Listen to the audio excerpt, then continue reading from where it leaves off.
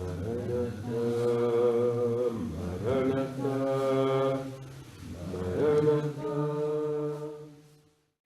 Mes bien chers frères, nous annonçons l'avènement du Christ, non pas un avènement seulement, mais aussi un second, qui est beaucoup plus beau que le premier. Le premier, en effet, comportait une signification de souffrance, mais le second porte le diadème de la royauté divine. Le plus souvent, tout ce qui concerne notre Seigneur Jésus-Christ est double. D'abord une double naissance, l'une de Dieu avant les siècles et l'autre de la Vierge à la plénitude des siècles. Ensuite une double descente, l'une imperceptible comme celle de la pluie sur la toison et la seconde éclatante, celle qui est à venir.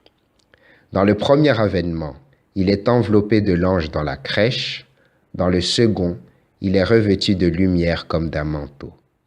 Dans le premier, il a subi la croix, ayant méprisé la honte. Dans le second, il viendra escorté par l'armée des anges en triomphateur. Ne nous arrêtons pas au premier avènement, nous attendons aussi le second.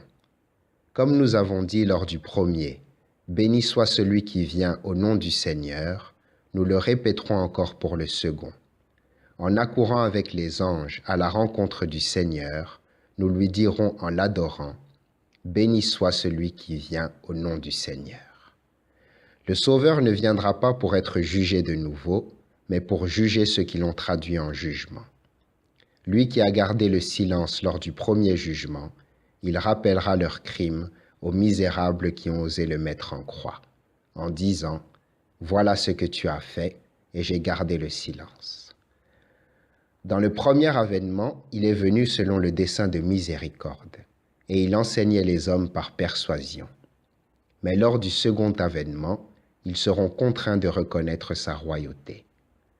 Le prophète Malachie a parlé des deux avènements, lorsqu'il dit « Soudain viendra dans son temple le Seigneur que vous cherchez. » Voilà le premier avènement.